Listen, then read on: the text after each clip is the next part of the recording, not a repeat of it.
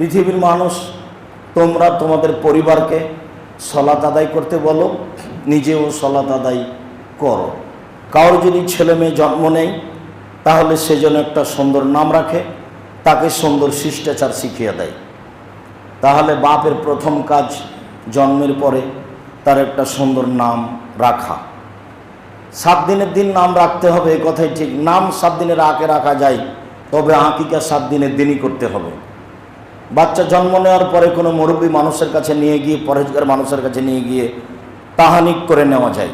তাহানিক খেজুরের একটু কিছু অংশ মুখে দিয়ে নিজে পরহেজগার মানুষ খুব ভালো করে চাবিয়ে আঙ্গুলে নিয়ে বাচ্চার মুখের ভিতরে দিয়ে দেবে, জিহ্বার উপরে। প্রথম খাদ্যটা যেন তাহানিক হিসেবে পেটের ভিতরে যায়।